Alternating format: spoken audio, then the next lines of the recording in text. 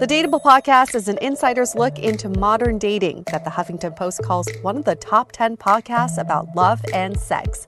On each episode, we'll talk to real daters about everything from sex parties to sex droughts, date fails to diaper fetishes, and first moves to first loves. I'm your host, Yue Xu, former dating coach turned dating sociologist. You'll also hear from my co-host and producer, Julie Krafchick, as we explore this crazy dateable world.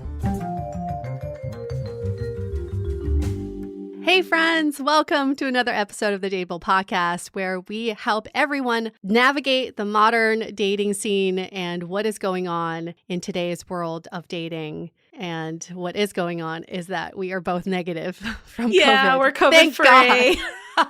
I did a little COVID-free dance, Yue. You'd be proud of me.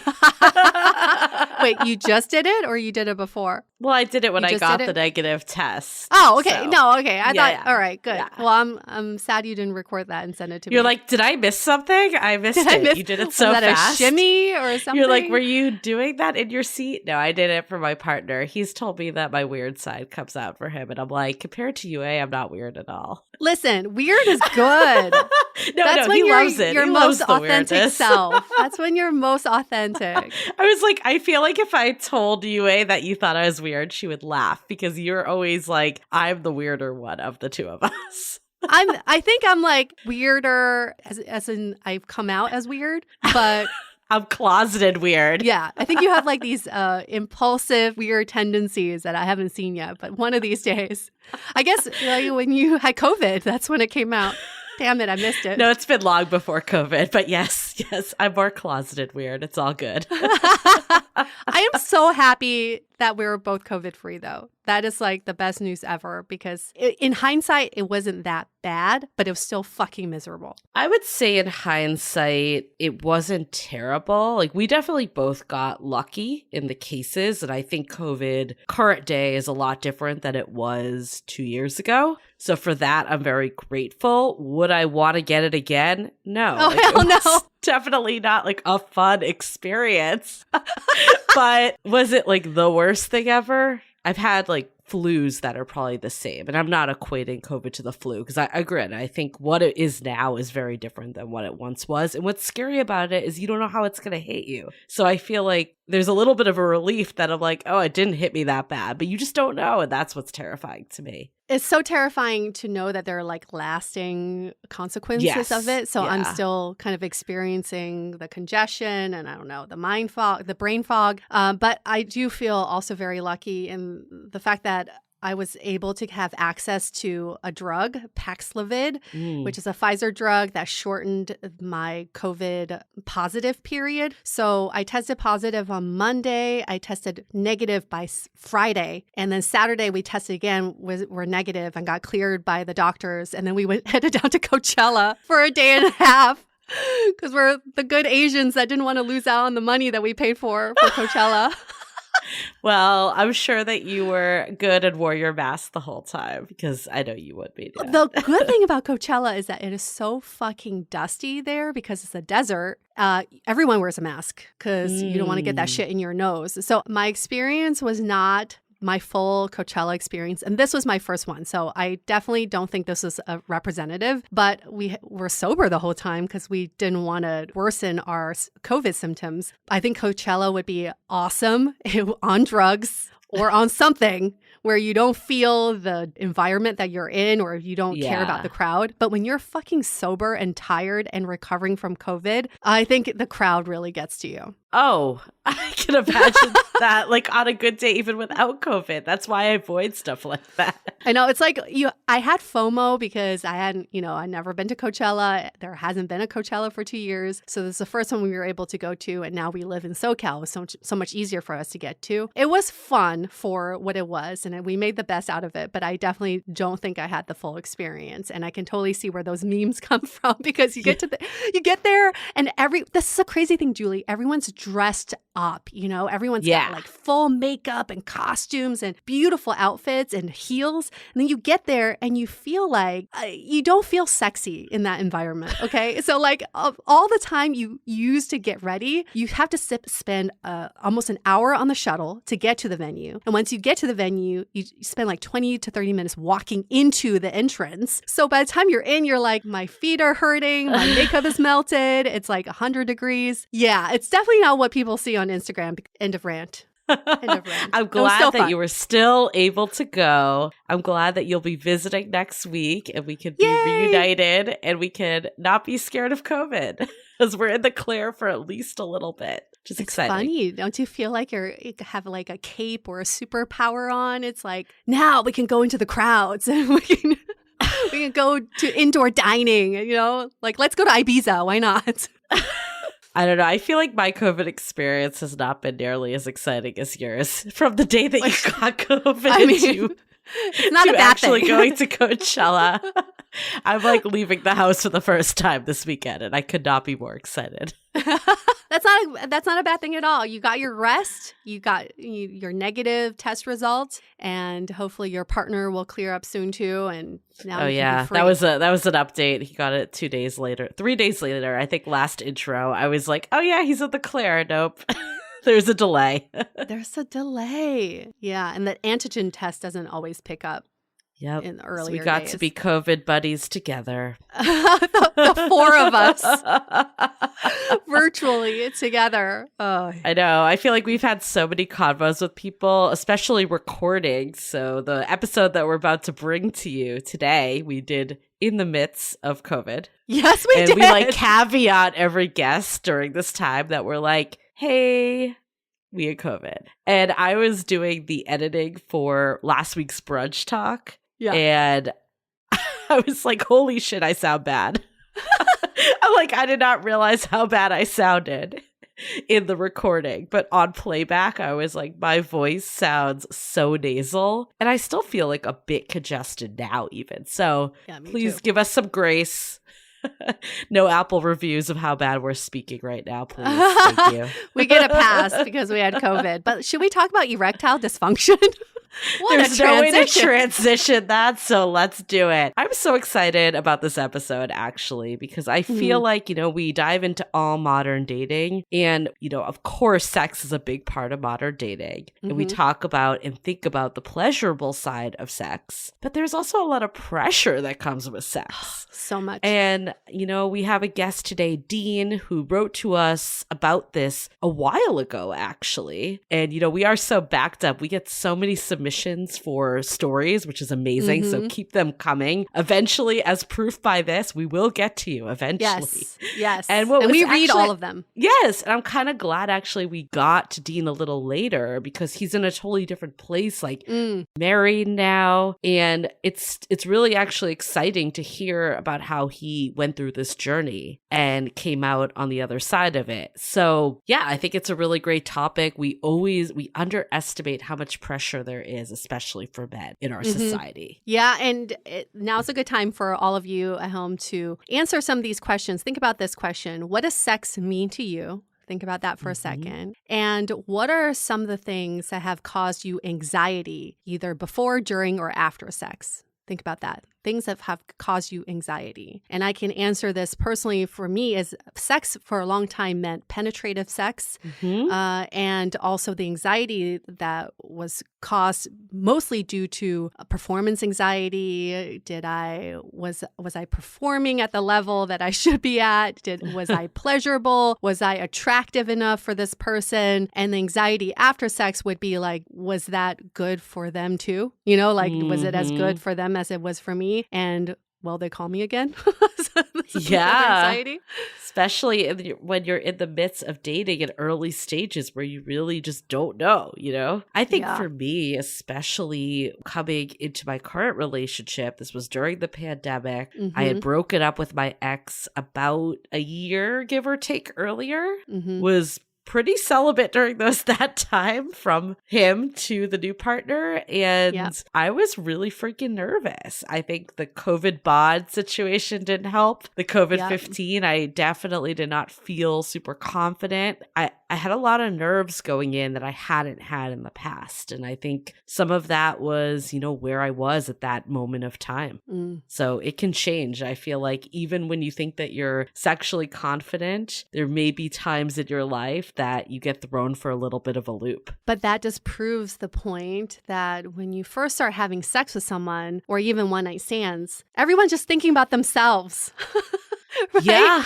So much of that pressure is put on your own self of, am I performing enough? And do I look the certain way? Am I meeting their needs? When sex, for, the reproductive reason aside, sex should be pleasurable and fun. But for some reason, sometimes we remove that goal because we feel like the goal is to be this person, to be this like performative sex kitten when it comes to sex. You know what's crazy too? I mean, who knows what it's like now, but I feel like when I first met my partner about a year ago in the midst of COVID, everything slowed down dramatically. And I remember sharing my insecurities with him on our third date, just being like, I kind of want to wait a little, and it's nothing to do about like our connection or anything with you. It's just where I'm at right now. And looking back on it, it's kind of crazy that like the third date would even be an assumption that you have to clarify that. Like I'd met this person, for like 3 hours beforehand. It just goes to show like how much like sex can be rushed in dating.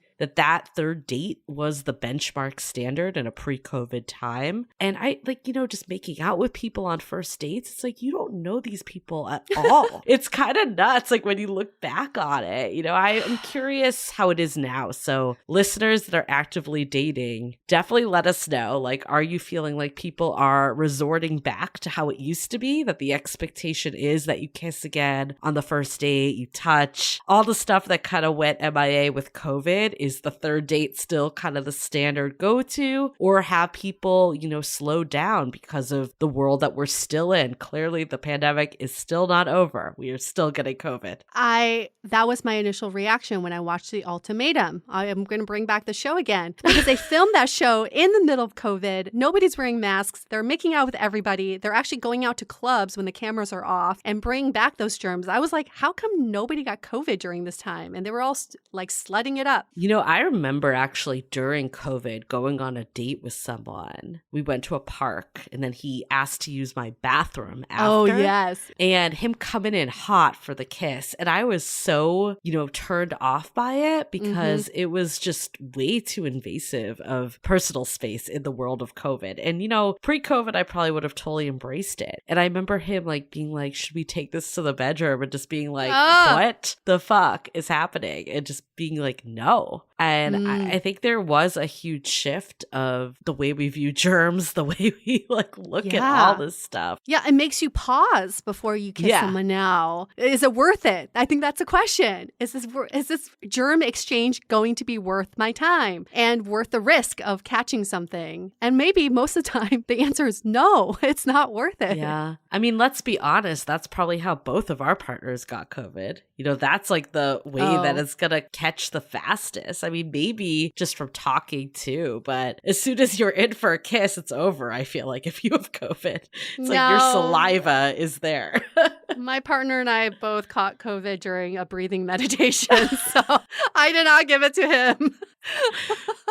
Well, more because there was a delay, but yeah, he probably got it from the breathing meditation. So many people said that story was so funny. Sure, yes, he was also opening his mouth and breathing from his womb, during this time. So there's no way he escaped that COVID meditation. But yeah, no, I think revisiting what sex means, especially in this point of where we are in the world and what COVID has done for sexual interactions and even kissing, right? I think it's important to think about what does it really mean. I feel like we did so freely give that away for so long. And, maybe people will come out and still say like, I don't actually hold it to have that much of a meaning. I think everyone is very different on how they view sex, but doing these episodes, at least for me, makes me pause a bit more. Even last week's episode with Sydney, her sharing how she was like a virgin until 27 and how she viewed sex. you know, and I think about like Kat Harris, the episode we did, who's still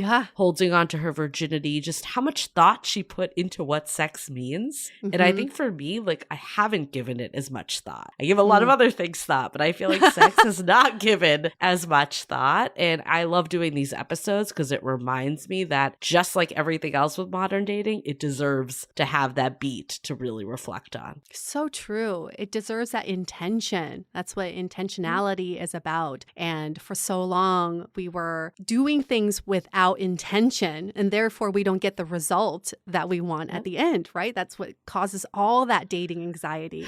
So it's good to, I agree, like these episodes, especially this episode, will help you all not just to think about erectile dysfunction. Yes, that's part of the story. But I think the ultimate learning is, what do we want from sex? What is our intention from sex? And how do we want to enjoy that time with our partners? It's more important than, am I performing or am I getting it up? Yeah, and how to navigate when things don't go as planned, because it's bound to not go as planned, whether it's on your side or your partner's. It's something that is good to get ahead of, even if you're not in the current situation. For sure. Cool. Well, we will leave it at that because we have a whole episode to go into it. Some quick announcements this week. Make sure to check out Brunch Talk, which is our new installment every Sunday. We also have a sex-related topic this week. I'd say maybe the opposite of today's episode, but I'll leave it at that and leave the anticipation to grow, and people could check that out and listen. But I think it's going to be a relatable one for many people. It's also about dicks. There. That's enough. We got to leave it at that. We got to leave some mystery. Yes. And then share this with a friend.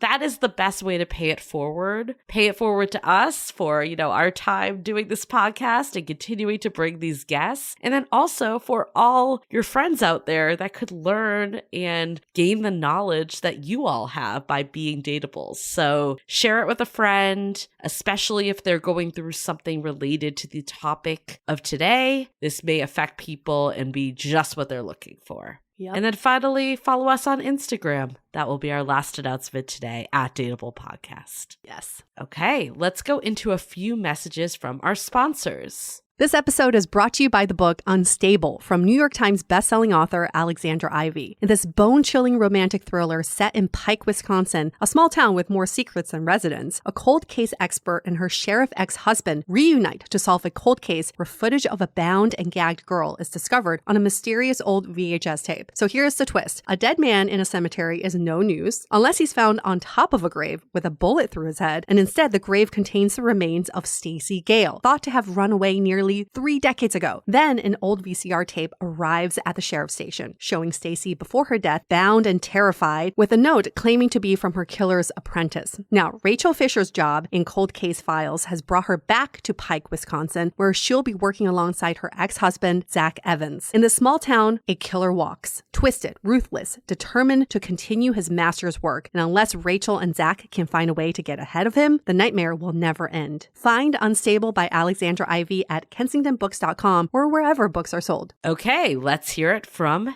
Dean.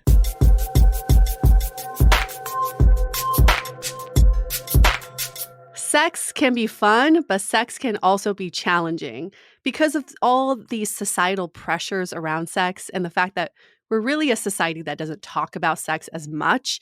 It's just really interesting to see how people come out of sex with all of these challenges that sometimes you're not able to discuss with your partner even. But today we want to really focus on ED.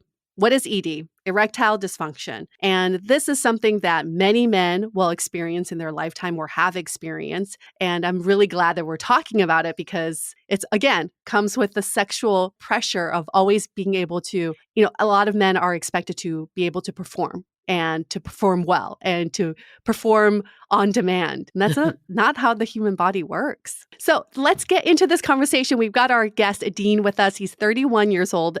He lives in San Francisco, been there for 3 years, originally from New York, and he is married. How are you, Dean? Great. Thanks for having me on the show. Of course. We're so glad you're willing to talk about this. Like you teed up, this is such an important topic. It actually made me want to look at what the official definition of erectile dysfunction was. So So the definition was the inability of a man to maintain an erection sufficient for satisfying sexual activity. Is there anything that you would add to that definition, Dean? I don't think so. And I don't think I've ever defined it, or it's one of those things where if you think you have ED, it's just something you know rather than anything that I never thought about it from a dictionary definition. Well, let's talk about your personal experience with ED. When did you first start to experience it in your sex life? Yeah, so I think in terms of my story, I was in an existing relationship for about 4 years and never really had any issues during that relationship. But after I got out of the relationship, I started dating again, and it was a lot of new things, right? New partners, new dynamics.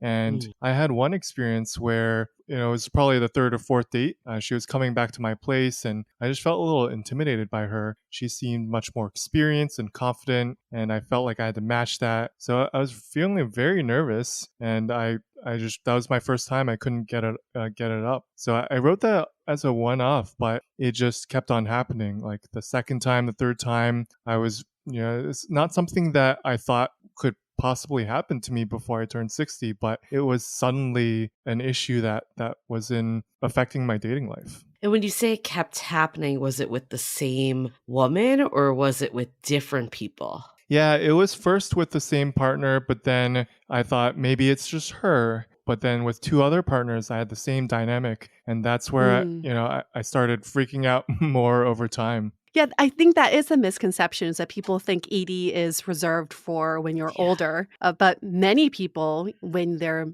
much younger, start experiencing it. And there's just so much stigma around it. So I'm curious to know, when this first started happening to you and you started seeing this as a pattern, what were some of the thoughts that were going through your mind? Yeah, I think before that, it was being ignorant about it and just trying to ignore it and denying that, right? Sort of like not trying to admit to myself that was a problem. But then once it became a pattern, I started entering like a freak out kind of OCD stage almost, where I think there's a lot of behaviors I had where like it would be kind of compulsive. Felt like I would try to test myself to see if I could get an erection randomly. Like before I went on a date, I would be like, does it still work kind of deal, right?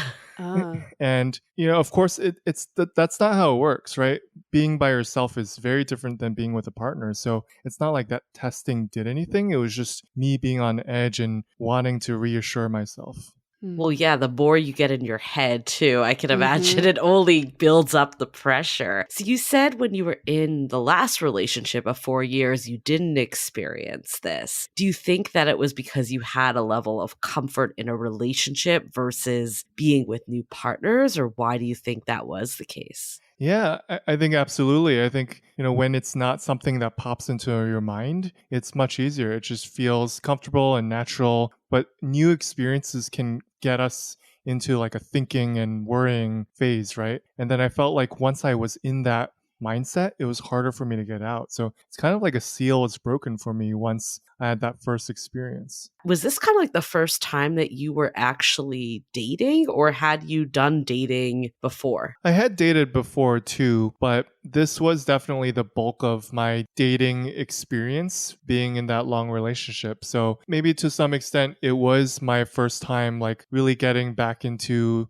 the market and having new experiences. Was it like your first time using dating apps, or had you done them before? I had done it before, but it definitely changed a lot after 5 years, where it was still new at when I started initially. But when I started dating again, it was suddenly, this is the way you meet your partner. And were you able to communicate about this with any of your partners? Because I'm asking because I had an experience with someone who had ED, and we had a relationship where he was never able to get it up, but he just never wanted to address it. So then I just assume, he would always be like, oh, I had too much alcohol, or I'm so tired. And to this day, I'm still sitting here thinking like, was I just not good enough? Was I not attractive enough? I wish we had an open communication or something, or conversation about it. So were you able to talk about this with any of your partners? Yeah, I think communication is something that is important in every relationship, but especially with ED. But I would say that it's more of like a later in the game kind of thing, right?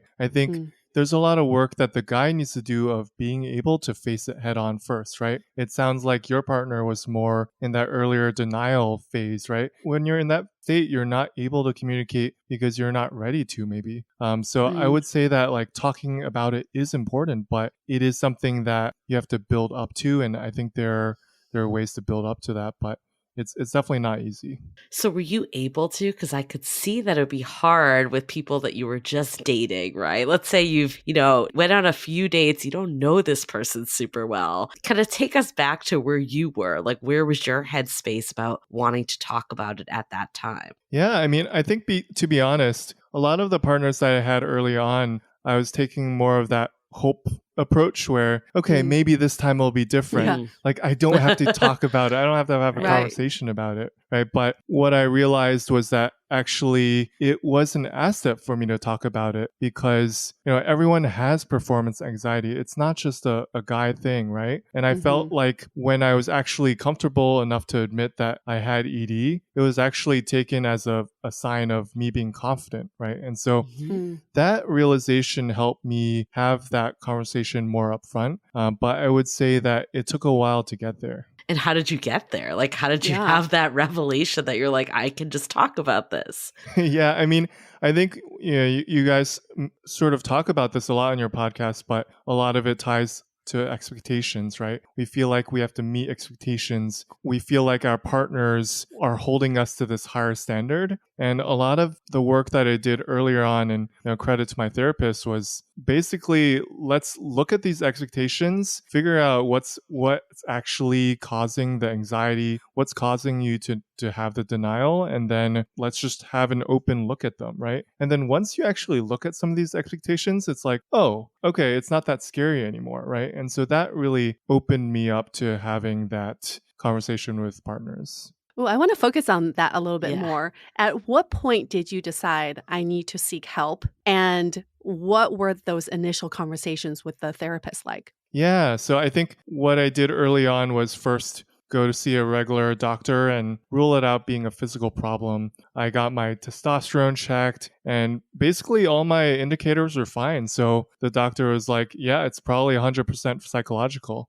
So I think from there, it was like, okay, well, if it's my mental game, let's work on this. So I contacted a few therapists and I started on that journey. Yeah, and to your question about like what were those first few conversations like? It was first talking me off a cliff of like, look, am I normal? Like, am I like what's wrong with me? I'm still in my 20s. How's this happening to me? Right. It's also talking me off I need a quick fix, right? Like, give me something that I'm going to treat this right away. This is not supposed to happen to me. So a lot of it was setting my expectations about, hey, this could be a longer journey. Hey, you might need to take time and we need to dig into some of these things in a deeper level instead of, all right, you're going to take a pill and that's the end of that, right? I think pills are something that can be very helpful, but if it's a purely psychological issue, if you're just using it like a crutch, right, when that crutch fails, you're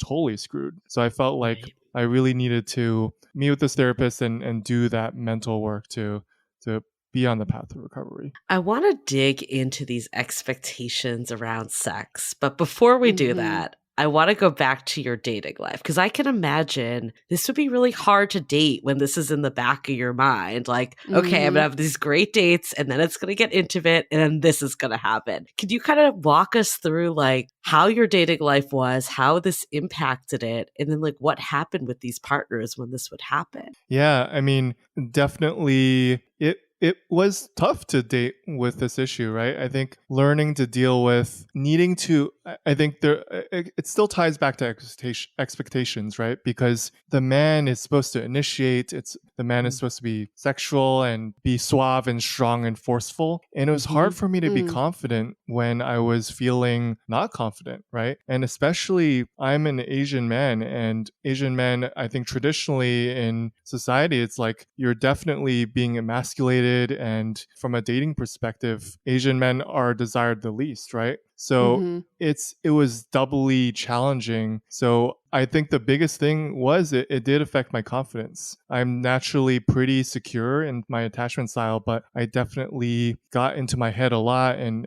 I thought a lot about different things, and I think it really affected my early partnerships. I think the first one that I had the issue with, it really ended poorly because I didn't know how to talk about it. I didn't know how to deal with it. And then my partner at the time thought it was her issue and like she wasn't feeling good. And so like every session we would have just ended in disappointment. Is definitely recipe for failure in a relationship. That is so crazy to think about, that you were in a stable relationship where you didn't have any of these issues. And all of a sudden you found yourself dating again. And it's because of these societal pressures and expectations. You are back at, experiencing these issues that you didn't have when you were in your last relationship. I feel like that says a lot about modern dating in general. It just like gives us so much of these insecurities and pressures for really no reason, because you were like, the whole goal is to get into a stable relationship. Right. Right. And but like in the beginning stage of dating, it's just so much anxiety around it. Yeah, absolutely. I think it was definitely tough to be able to date in that setting. And it took time for me to feel confident again and get my groove back. Well, yeah, I can imagine too, for both of you and the partner that you were experiencing this with. I can only imagine how defeating it must be every time you go to have sex to just be like, well, that didn't work out. Now we both feel bad. I wouldn't want to do it. Like, I totally get where it's just so hard that like if everything else is going well, then this is the one thing. I mean, I know this woman and other partners are not on this call, but did you ever talk with her further about kind of how she was feeling? Because I definitely have been there myself too. And you do think you're doing something wrong. Yeah, I did have conversations with some of my partners. And I think what I took away from that was like, it's really important for the partner to take care of themselves too, right? Because it will impact you emotionally too, thinking it's your fault or you're not attractive enough. And even though you know that the answer is it's not you still have to keep reminding yourself that, right? So it's not good enough to just know that's something that you have to keep reminding yourself of. And it's something that I would say that it's really helpful if the partners is able to have outlets and be able to express their own insecurities to someone else, right? Because the worst thing that can happen is for both parties to have insecurities and you have more problems than what you started with. Well, I think it just speaks to the expectations around sex in our society so much too, that we have to finish. And it's almost like if the woman doesn't finish, it's not that big a deal, but there's something wrong when the man does. And I've definitely seen myself fall in that trap too, but it's something that's been ingrained in all of us, men and women, that in order to have good sex, like the guy needs to get off essentially. Yeah, for sure. My therapist was talking about like, try this thing called non-goal orientation, right? Yeah. Where look, it's not about the orgasm, right? And I get it. I get this concept, but in practice, it's so hard because we're so trained on this is the goal. This is what success is measured by. And the narrative that we've been told ever since we were teenagers is basically men can get it up whenever and wherever. Yep. You like, don't look at them in the wrong way because then they'll have a boner, don't touch them. Don't touch their lower back. They're getting a boner. You feel like it's just a simple thing for a man to just get it up. It's like the most basic foundational sexual, response to your own attractiveness. But that's not the case, right? So I want to get back to now that you're married, and how are you able to go from the work that you did with your therapist to now being in a committed relationship? Yeah, I think it definitely took a lot of listening to my body. I think you guys talk about a lot on the podcast as well, but it starts with taking care of myself, and working out more, eating better helped as basics, right? But a lot of it is also like learning over time to respond to my body better. New relationships are just not comfortable. I don't know this person yet, right? So I can't expect my body to be like, all right, let's have sex now, right? Yeah. And so I really was forced to listen to my body more. And some of that was also retraining my body a little bit to be more sensitive. For example, I did things like mindful masturbation.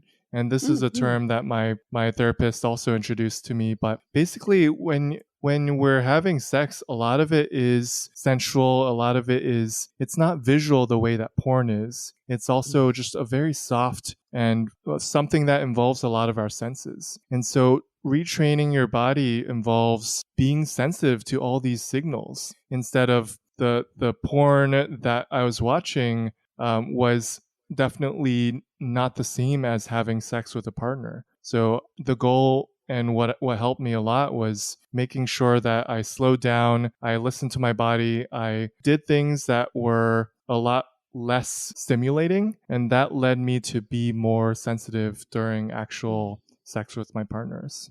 Oh, interesting. So when you met someone new, right, or when you dated, I guess putting it in timelines of your current wife, did you start to get comfortable before her, or was it really her that kind of got you to feel like you were starting to overcome this? Yeah, I think it really took me getting into a stable relationship for me to get over the hump. And I think without being in a stable situation where you're able to communicate well with your partner, you have that security, you start to build the right patterns with your partner. I think it really took that. Like when I was dating, it was very hard for me to be consistent and to feel like I was comfortable. So when you first start dating your wife, your now wife, were you getting ahead of the problem and just telling her what was going on? Yeah, I did. I did bring it up to her very early on, and she was very understanding. She was very non-judgmental. Okay. She helped me feel safe about it, and she was open to trying to be non-goal oriented. Even though in practice it was still difficult, she definitely did a lot of things to put me at ease. And did you guys wait longer to like have sex? Like, did you ease into other things before, kind of going towards intercourse? Yeah, we definitely experimented with a number of different things, like, just having an only touch session, like giving each other massages, doing things that aren't just about, all right, penis and vagina sex, right? Right. And I'm not saying that all of these experiences were necessarily natural or easy to come by, since we just don't have these patterns in our society. But having a partner that's willing to experiment was really helpful in my road to recovery. And how far into the relationship did you start all this experimentation? We probably started about a month and a half or 2 months in. It took a while for us to build that trust with each other and be comfortable. And at that time, I was already being more cautious about jumping into a sexual situation right away, right? So we had a longer build up, and that definitely helped too. It's so crazy in today's world that a long buildup is like a month and a half, 2 months. Right, It's not even that long when you think about it. But in today's world, when the expectation is third date, it is a long time. Yeah.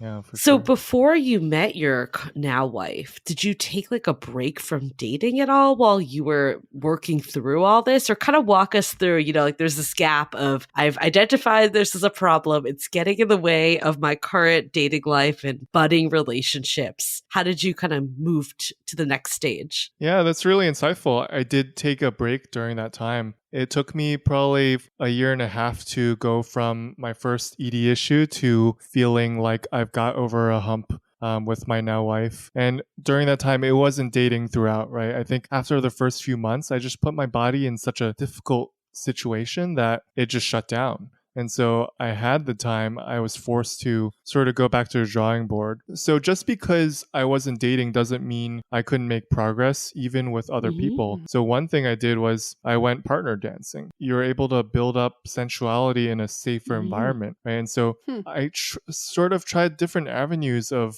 helping my body be more comfortable in different situations, right? I think a lot of what I was doing was also being able to talk about it with some of my friends. And I think that's a big step, actually, because first you're in denial mode, like you can't even admit it to yourself. But then to really overcome it psychologically, you have to really believe that it's not an issue that's impacting your life. It's not something that you're shameful about or you feel a lot of stigma towards, right? And so once I was able to reveal it to my therapist, I was then able to reveal it to a close friend, And after I got a good reception from him, I started talking about it to other friends, and it kind of snowballed. And I'm lucky to have a friend group that was very supportive. I imagine that if someone reacts negatively to that story, it could send you down a tougher path. But I was able to have great conversations about it. I feel like friends are so essential on the dating journey. It's one of those things that is the most overlooked support system that you need. And, especially for men, there are studies that men have less close friends than women do. And to go to a subject like this, I really do commend you for being able to have those conversations. I think a lot of people just wouldn't. Like, they would just be like, I'm going to deal with this. I'll figure it out. And that's just such a smart way to do this too, because the more you talk about it, the more you normalize the conversation. So when you do start dating again, you don't feel so odd bringing up this conversation. So with your current wife, how far into your dating timeline did you bring up this topic? I think definitely it was something that I had to mention pretty early on. By the end of the first month, we had talked about it, and I think it was something where you can't really hide this for so long, right?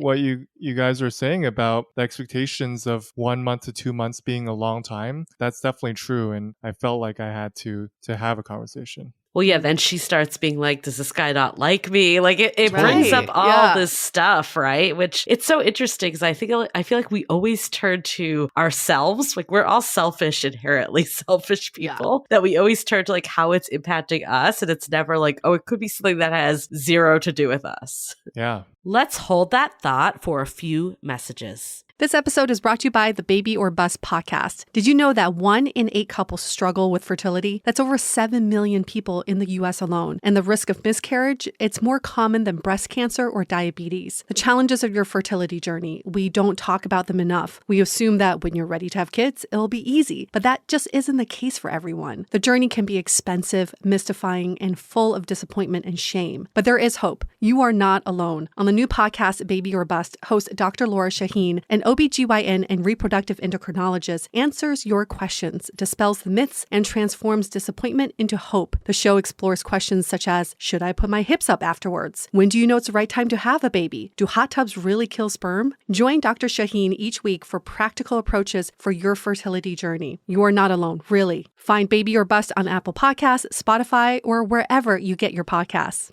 This episode is brought to you by Drizzly. If you look for it, every day has cause for celebration. Celebrate a friend for their promotion, baby, wedding life thing. Celebrate yourself for keeping the couch warm. It's no easy feat, especially if it's a big couch. Or maybe you just want to celebrate living in 2022, where you can get beer, wine, and spirits delivered from Drizzly in under 60 minutes without leaving said couch. No wonder Drizzly is the #1 app for alcohol delivery. And remember to share the love. You can get alcohol delivered to your friends and your coworkers. What a nice surprise. Right now, Drizzly is giving all new customers $5 off their first order with the code FAST5. So download the Drizzly app or go to drizzly.com. That's spelled DRIZLY.com,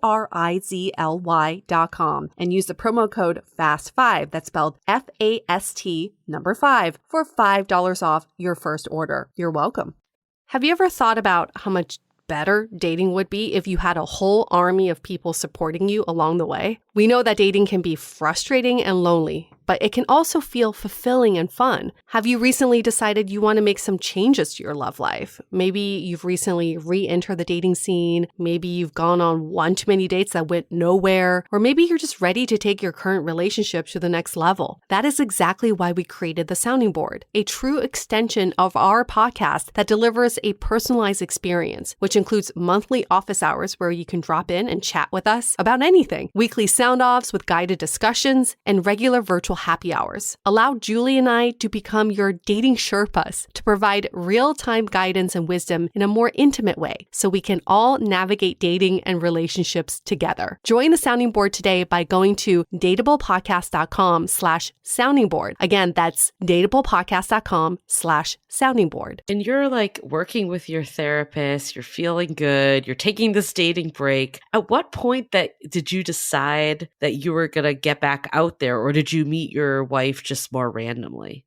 I think it happened to coincide with me having 2 months before I started a new job. And it was just a natural time for me to jump right back in and get a lot of dating in before I had to focus on work again. So I think it'll just naturally come up. It will feel like it's time. And I don't think it applies to necessarily my particular situation or having ED in general. We all need breaks here and there with the dating because it can be overwhelming. It can feel like a grind. So whenever that feels like it's more palatable to jump in, that's when I think we should jump back in.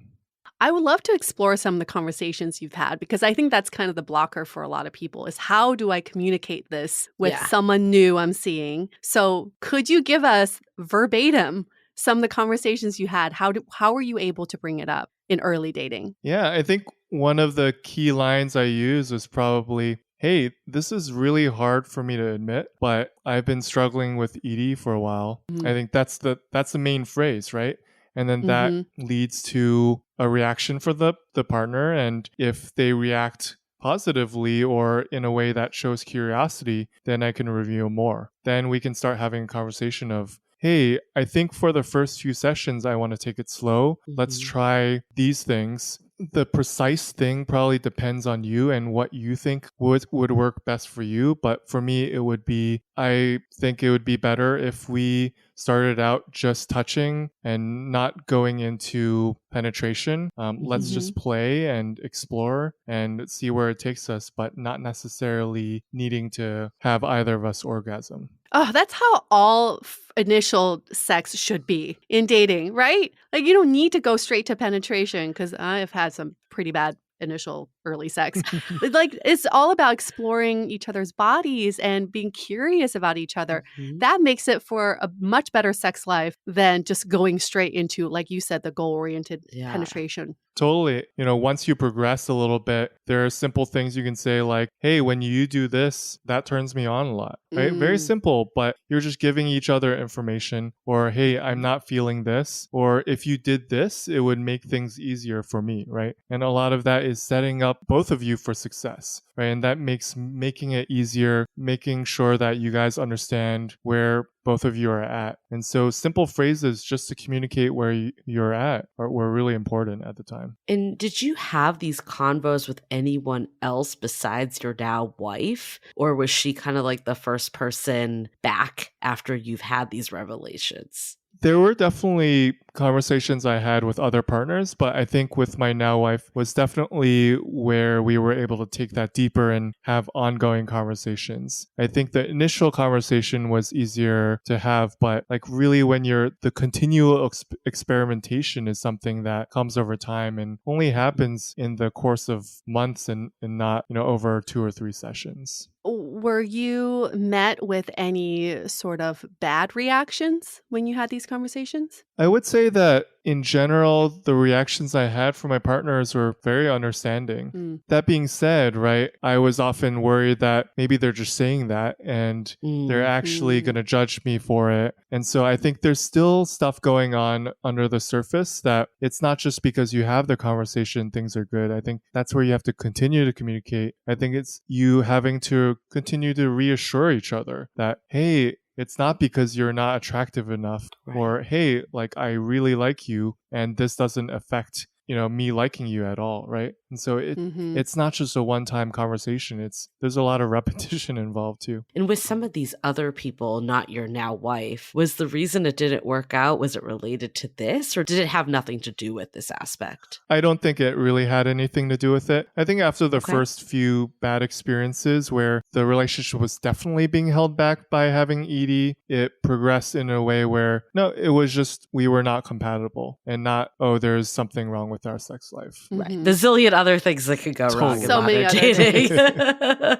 How do you think do you think it was your current wife and the way she was able to meet you? Or do you think it was where you were on the journey, or a combination of both? I think it's definitely a combination of both, where I was finally ready in terms of listening to my body more and chilling out about it overall. And then also her being just really non-judgmental and helping me feel safe, right? So it's definitely a combination. You talked about some of her reactions. I would love to get into that a little bit more. For a partner to show that compassion and understanding, what are some of the other things that she said to you after you had revealed this topic? Yeah, I don't think it's necessarily anything she said. It's more the way that she said it, which is very soft, and you can tell when someone really cares about you and, is trying to understand what's going on. So I don't think there's anything in particular she said that was game changing, but it was just me feeling like I could be comfortable with her and I could share with her and I could communicate with her. I know you said that you started off doing more experimentation and easing into things. Did you ever hit a point where it just felt like you didn't have to worry about it? Or was this always something that was kind of top of mind in your sex life? It definitely hit a point where I wasn't worrying about it as much, but I will be honest in that this is an ongoing journey in the sense that it will still pop back into my head. And there's nothing I can do about it when it does other than just try to stay in the moment. But I would say that it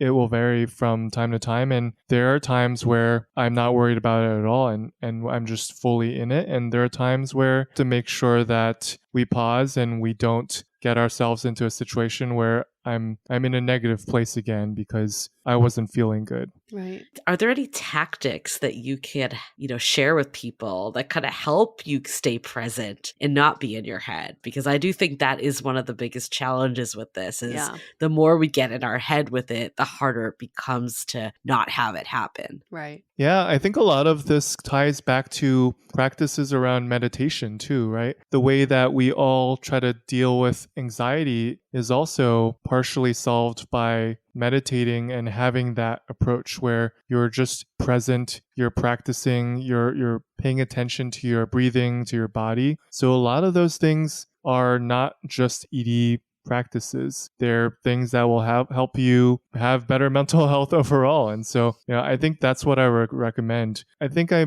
might have mentioned sensory awareness, but if not, I think that's really a practice where I remember sitting outside in a park and just for 20 minutes, I would turn to one sense after another and just focus on that sense. So for example, like just trying to smell and seeing what smells come through my nostrils and then moving to sight and just seeing every blade of grass. It sounds a little bit crazy too, but I think it's part of the practice that I built around trying to be more sensitive and more aware of my body. And that's definitely helped me be more present in interactions with my partners. I feel like that's something we should be doing all the time. This sensory mindfulness and meditation is so important. We actually had a guest on, Shirzad, who came up with the positive intelligence quotient, and he has this whole practice around positive intelligence. But the exercises are all based on singling out your senses. So you're only feeling one thing at a time. And after you're done with that, basically calms your mind so you can tackle whatever issue or challenge that you have at hand. So I think that's just something we can all learn to do. And I think also with sex, a lot of times we're not feeling it. No. There's just like you're doing it. You're going through the motions, but we're not taking the time to be mindful and be present to feel it. And I met someone recently and he said something to me and I was like, this is so simple. But he's like, the whole goal of sex should be fun. Yeah. That's like the goal. As you're experimenting, playing around, and getting to know your partner's body, that should be fun. Mm-hmm. I think this conversation definitely reveals that side that we can all do more of, especially in the bedroom. Yeah. Definitely. I feel like, Dean, even as you were just saying all that stuff, I'm like, oh my God, there's so many senses that can happen during sex. And we're not thinking about any of it. We're not taking in the moment. We're jumping to the finish line. We're so goal-oriented that we're not enjoying the process, which I think, goes back to what you were saying, Yue. It's like, it's supposed to be fun. Yeah. If we're just trying to skip to the end, what's the point of even doing it in the first place? Yeah, for sure. And even this entire ED journey, I feel like has been an opportunity for me to experiment and even have good experiences from it. And it's something where it's not just a negative thing that was burdening me. It's something that pushed me and helped me grow and led me to experiences that were fun. So I think that's definitely also something that I want to make sure folks that are suffering from this, they're framing it in a way that helps them have a more positive mindset and have it as an opportunity for the growth. I feel like sex too, we think about it in such a hetero perspective of penetration. Experiencing ED, has it made you more exploratory in other avenues of sex? Yeah, I would say that it has, but not to the extent that I expected. I think it was easy when I felt like I was back in the groove and not dealing with ED to revert back to the traditional way of having sex. So I think a lot of the experimentation was during this time when I was trying to get back there. I wish I could say that, yeah, I've totally transformed my sex life because of that, but I think it's still an ongoing process where we all can be better about experimenting. And I think it's a tool that we have in our toolbox. And even if someone's had a lot of sexual partners, doesn't mean that they know your body. Sometimes we feel like, oh my gosh, this person's dated for a long time. They are probably more experienced at sex than I am. It doesn't mean that they are more experienced with your body. It just means that they've done it with other people. So I don't think, I can see how that could be intimidating, but that shouldn't be a barometer for how someone will be like in bed with you. And Dean, you're the one that reached out to us and you really wanted to tell your story. So I'm curious to know, what are some of the things that you wish you had heard in the beginning of your journey that you want to tell someone now so you can pay it forward? Yeah, for sure. I think a lot of it is around just telling folks that there is an alternative path. I think I mentioned it up front, but it's not just about the quick fix and about taking a pill and being done with it. I think it's really an opportunity to dig into yourself and be a more resilient and better human. And so I think what I would say is just chill out, right? I think that's one of the biggest thing. I'm on the ED subreddit from time to time, and people are super freaked out about it. Every week I see a post that's like, oh yeah, I'm 18 and I didn't have morning wood last week. What's going on? And it's chill out. That has nothing to do with anything. And I think in general, people just worry so much about ED. And of course, worrying and obsessing just makes things worse. So I think it's really about chilling out, experimenting, and trying to get yourself in a place where you're able to treat it like a normal thing that you talk about at the dinner table. I love that. While we're dishing out advice, is there any advice you'd have for a partner that's supporting someone going through ED? Yeah, I would say definitely number one is still to take care of yourself first, right? You don't want to have both partners having issues and them creating this extra tough knot to resolve. And so it's really about making sure that you check in with yourself, right? Am I feeling insecure because we're having issues in the bedroom? And reminding yourself that, hey, it's not me. This is something that I can help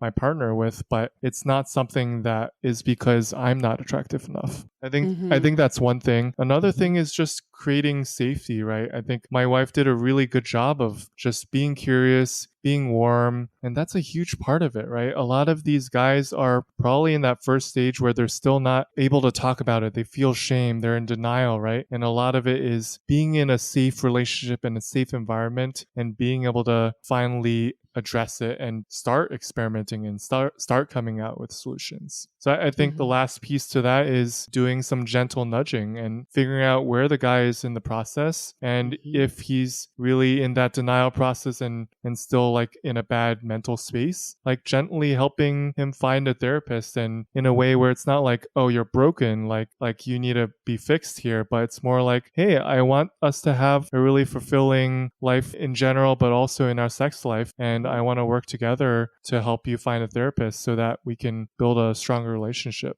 I feel like sometimes we think that we need the magic words, but what I'm gathering from you and so much of relationships, it's just being there and being open and be the way you show up is so much more important than even having the solution. No one's looking for the solution. They're just looking to be heard and seen. Absolutely. Well, thank you so much, Dean, for coming on and sharing this. I think Yeah. this is a really important conversation. It's a conversation that probably is living in a lot of people's heads and not out in the open. So I'm glad that we're changing that. I mean, the biggest takeaways I have, first and foremost, just how interconnected our body and minds are never fails to amaze me. And I like that you obviously checked it out at the doctor and made sure that like there wasn't a reason that you needed to turn to meds, but then making those connections and looking at like, what is it that's really the deeper piece that I can work through is so important. So I think that's definitely one that stands out to me. The other piece is just how much more connection, even the things that we see as flaws or insecurities can bring if we choose to let it be that way. Yeah. The fact that you were able to, share this with your now wife, you were able to see one, I'm sure the way she like was receptive to this too, made you realize like, this is someone I need to hold on to. And having you open up to her, I'm sure brought you closer to her too. So often we think that we need to hide all the stuff that's less than perfect. But oftentimes by just being like, I think that really is the true definition of vulnerable. It's not unloading, like all the trauma, but really being like, this is what's going on with me. I need your support. Asking for that is so important. So everything that is less than desirable that comes our way, we have many ways of approaching it. And if we can always turn to connection, that's going to help with our dating and love lives. Oh, 1,000%. 1,000%.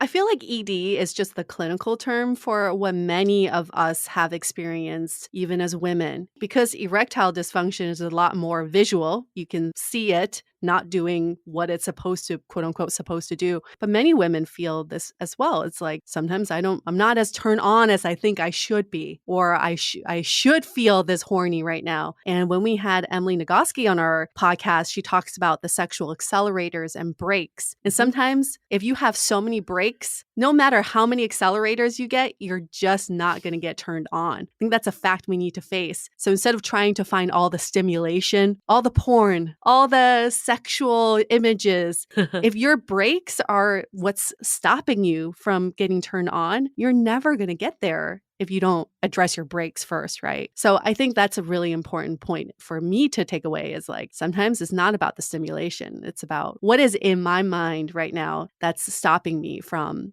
getting to that point of wanting to explore this sexually. And I also think it's very important for us to talk about this openly because I hate that we're calling this performance anxiety. Yeah. Why is this a performance? It shouldn't be performative at all. Nobody should be performing when they're having sex. You're giving, if anything else, you're experiencing this together. And I think that is mainly the issue that we're facing when it comes to sex is that we feel like we need to perform. We feel like we need to be on all the time. That is just so much pressure for a human being. So I think we need to get rid of that performative mindset and think about sex as non-goal oriented. It's not about penetration. It's just about having fun and exploring each other's bodies. I would definitely choke that up to media too. It's like the way that like porn and movies and all the stuff says that, it's just, this is what you do with sex. And I think we need to really accept that all of our bodies are wired differently. What turns one of us on is not going to turn the other person on. And how we get to feeling turned on is going to be different from person to person instead of just thinking that we're all in this blanket, this is how it works across the board. Yeah, exactly. Any last parting words for our listeners? Yeah, I would say that just set yourself up for success, right? Make it as easy as possible on you. That means chilling out about it and reducing those expectations. It means not just doing wishful thinking, but communicating ahead of time. It means trying to make sure that you don't have a lot of stressors when you're trying to have sex the same hour, right? And use that as an opportunity to experiment and push for your own growth. And in general, I think I'm happy to chat to anyone if they feel like I can be helpful. So I can create an email address and maybe you guys can include in the show notes. Yeah, of course. That's so kind of you. That is truly paying it forward. So we are happy to do this. Thank you so much for offering to field some questions. And it just shows that whatever you're going through right now, you're not alone. There's someone else. There's many other people who are going through the same thing. So never feel like you're alone in this. And that's our purpose here with the Dateable podcast, is to create this forum so that you know you're not alone going through this. And there are other people who've gone through it and they can tell you how they got through it. So thank you again, Dean, for coming on our show and telling us your story. And for all of our listeners, we love to hear from you too. One way is you can email us, hello@dateablepodcast.com, or you can DM us at dateablepodcast on Instagram, or you know what? Head over to Apple Podcasts and give us a 5-star review. That's where we read all of the messages. Something nice and sweet would be great, but that's our platform for feedback. So please do so. Pay it forward like Dean is. Yes, pay it forward. Okay, now we're going to wrap up this episode. Stay dateable.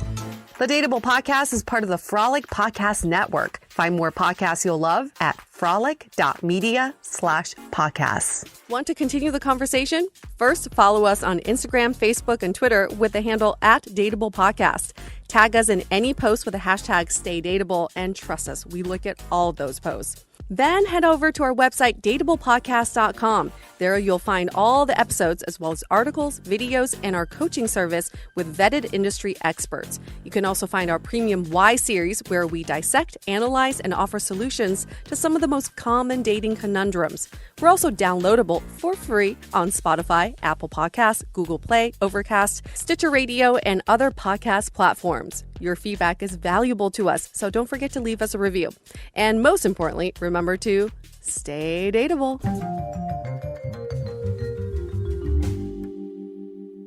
Introducing Under Armour's Infinity High Sports Bra. Its ergonomic design is molded to support the natural movement of your body. With cord-out padding, the better breathability eliminates extra bulk without sacrificing support. And quick-dry padding is Under Armour's fastest-drying padding yet. When you're lifting heavy, running fast, and pushing yourself further than ever before, you need a bra that will help you go that extra mile and make you feel your best. Shop the Infinity High Sports Bra now at UA.com. The We're Going Family Style deal. Because I want a bite of your Big Mac. And I need some of your Quarter Pound. I'll try your Filet-O-Fish. There's a deal for every friend group at McDonald's. Order any 2 classics for just $6. Price of participation may vary. Single item at regular price cannot be combined with any other offer.